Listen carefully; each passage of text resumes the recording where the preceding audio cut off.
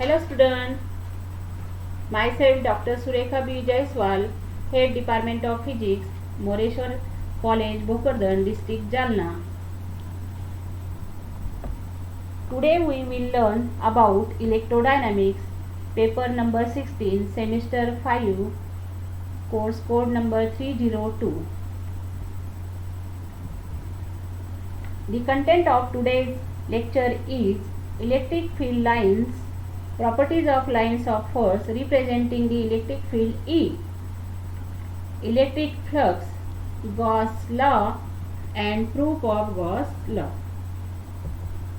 Electric field lines is an imaginary straight or curved path along which a unit positive charge tends to move in an electric field.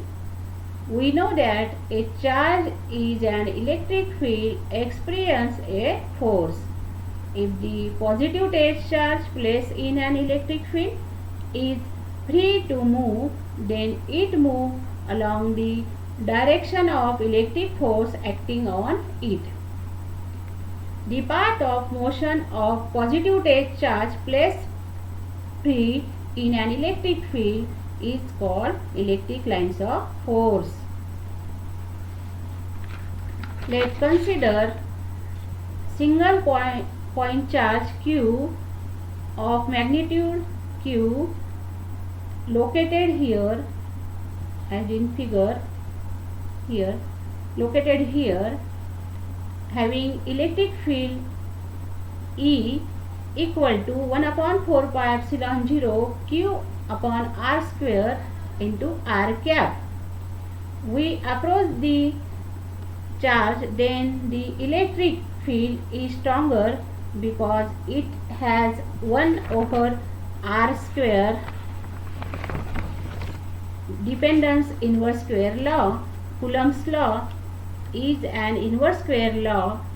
So if we approach the charge, then the electric field is stronger and move away from the charge, then the electric field is weaker. As an electric field is a vector quantity, it can be represented by drawing vector originating from a positive charge or vector terminating on a negative charge as shown in figure. See in figure, here the point charge having the positive charge. So here the vectors originating from a positive charge as shown in figure like this, and at the negative charge the vectors terminating on a negative charge as shown in figure.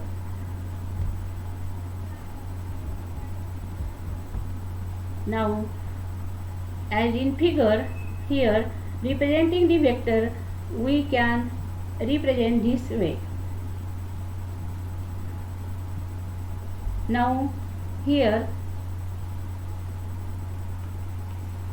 this charge having the positive charge plus, and here that is a negative charge as shown in figure. Now here we consider the two opposite point charges. Let us consider a positive charge at this point and negative charge at this point. Then electric field lines are along the direction of electric field lines, that is here from the positive charge towards the negative charge like this, and here also the electric field lines from positive charge to negative charge. Here also the electric field lines direction is from positive charge to negative charge like this, and then when it cannot connect the two charges, then the electric field lines are diverged like this.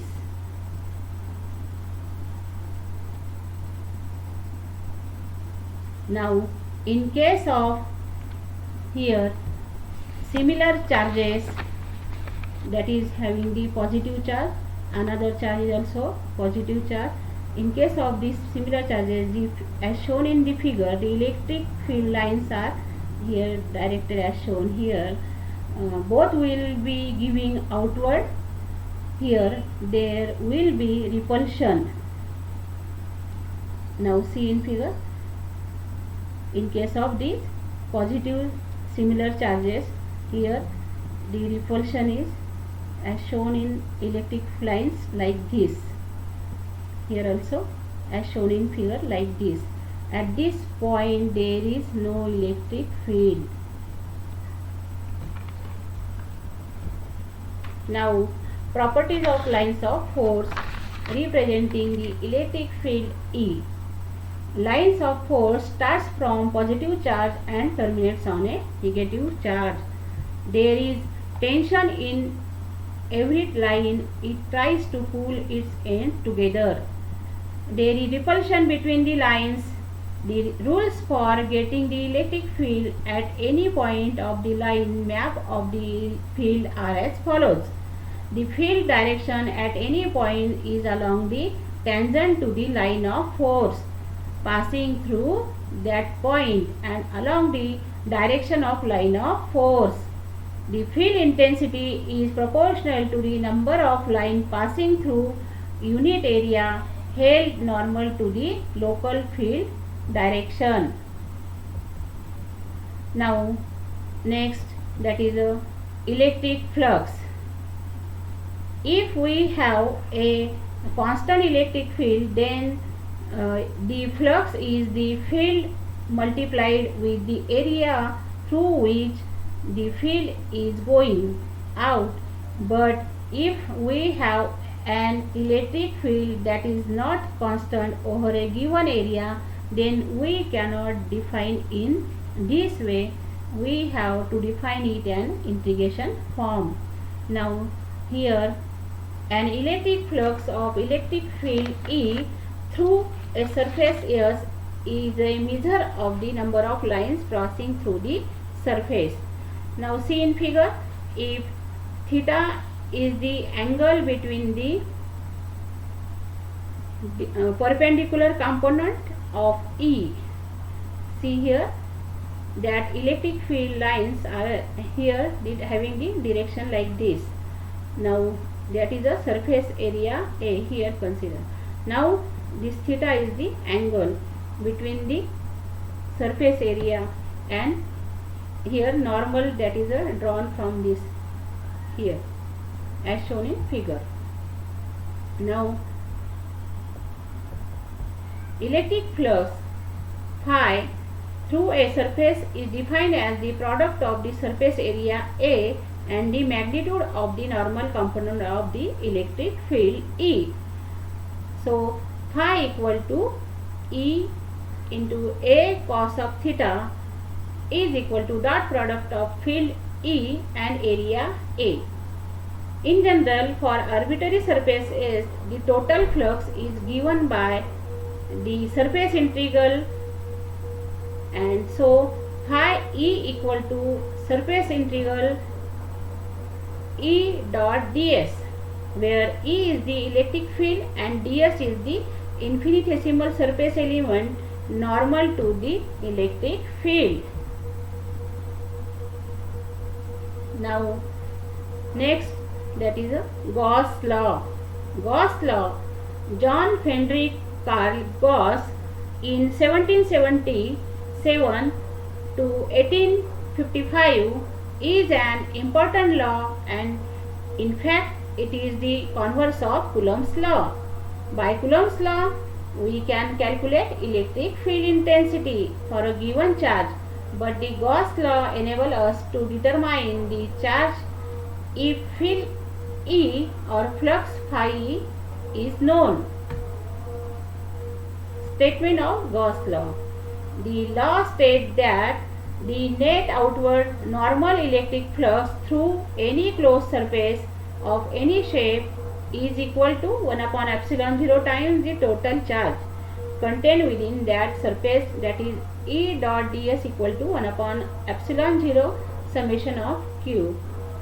So q, summation of q is the algebraic sum of all the charges that is net charge in coulomb enclosed by the surface S. Now see in figure here, let a point charge plus q placed at the point O within the closed surface.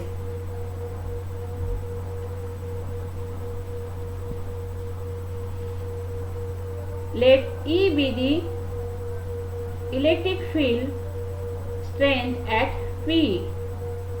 Let OP equal to R.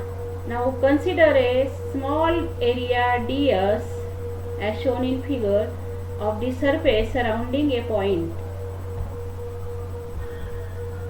Then the electric flux through ds is given by d phi equal to E dot ds, but E equal to 1 upon 4 pi epsilon 0 q r square into r cap equal to 1 upon 4 pi epsilon 0 q r upon r cube. Since unit vector r cap equal to r upon r, so d phi equal to E dot ds equal to 1 upon 4 pi epsilon 0 q r dot ds upon r cube equal to q upon 4 pi epsilon 0 d omega, where d omega is the solid angle subtended by area ds at point O. So d omega equal to r dot ds upon r cube equal to ds r cos theta upon r square. Here theta is the angle between ds and E. Hence electric flux through whole of closed surface phi equal to integral over closed surface E dot ds equal to q upon 4 pi epsilon 0 integral over closed surface S into d omega. But we know that integral over closed surface S d omega is the solid angle due to the entire closed surface S at an internal point O equal to 4 pi. So phi equal to q upon 4 pi epsilon 0 into 4 pi. So that 4 pi become cancelled, and so we get phi equal to 1 upon epsilon 0 dot q. Thus Gauss theorem can also be stated as the surface integral of the normal component of the electric field over any closed surface is equal to the total charge enclosed by the surface divided by the permittivity of free space. So integral over closed surface E dot ds equal to q enclosed upon epsilon 0, where q enclosed is the total charge enclosed within the surface and is given by q enclosed equal to q1 plus q2 plus q3 plus so on, so equal to summation of qi over I varying from 1 to n. The above equation is an integral form of Gauss law. For an external point, see in figure, that is at the point here, that point is here, that charge having outside the surface. So if the charge is outside the surface, then as shown in figure, the surface can be divided into S1, S2, S3 and S4. Area subtending same solid angle at Q, but at S1 and S3, see in figure, direction of normal are opposite to surface S2 and S4, and therefore the contribution of two pairs of surface integral are equal and opposite. Consequently, thus integral vanish, that is integral over closed surface S E dot ds equal to integral over closed surface E dot into n ds equal to 0. Now other form of Gauss law is also, if we consider continuous distribution of charge characterized by a charge density, suppose rho is charge density, then the charge rho dV in small volume element dV can be considered as a point charge which contributes rho into dV upon epsilon 0 to the surface integral of the normal component of electric field.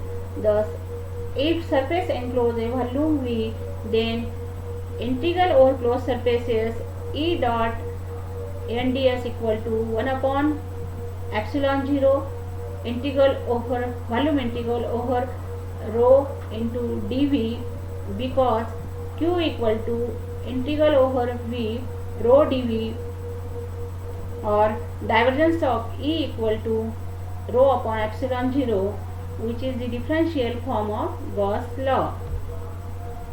Thank you.